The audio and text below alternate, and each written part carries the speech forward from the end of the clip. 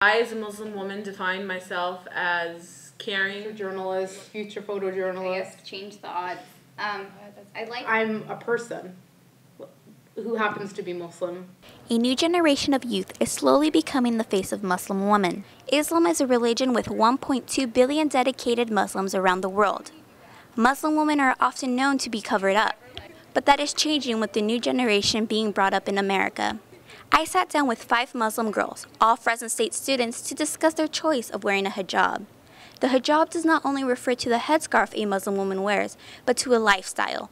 The lifestyle of a modest woman by covering the body and being well-mannered. It also refers to modesty of your actions. So the way you act has to be within a certain code of conduct. It's not, Muslim women should be silent or whatnot. It's more like there's decorum that comes from wearing the scarf. The hijab is designed to cover the hair, which is a symbol of beauty. No man besides an immediate relative is allowed to see a Muslim woman without the hijab. Sumaya says it forces a person to ignore the superficial beauty. And you cover the hair, that means that whoever speaks to you, the man that speaks to you, has no other choice but to talk to you for what you're saying and not for how you look. And it covers a lot of beauty, but in and of itself is a form of beauty because you are perceived for who you are. A Muslim woman is encouraged to begin wearing a hijab at the age of puberty. Ayah says it's a difficult thing to do when being brought up in the United States. It's hard to keep on the straight path, living in a culture with so many temptations. I mean, it's hard to waking up every day and wrapping my hair when all I see around me is girls with beautiful long hair. But I mean, I hold religion very dear to my heart, so that's why I get up and do it every day. Among the 5 girls, she has been the one who has worn her hijab the shortest. She decided to wear it only 2 years ago. My father he's like I said, everybody's different. He was the kind that said, when you're ready and you want to wear it for the right reason, then put it on. I regret not wearing it earlier because it's my identity, it's who I am, and I love it. Amanee Robinson, whose ethnicity is Armenian and African, says every Muslim is different and the cultural background influences their interpretation of the religion. Like, a lot of the times people get the wrong impression of Muslims because people have their own cultural rules from their country that they came from, even as far as like how much you cover. Like, some girls will say like you have to cover your face or covering your whole face and covering your feet, or like there's different rulings on that based on which country they come from.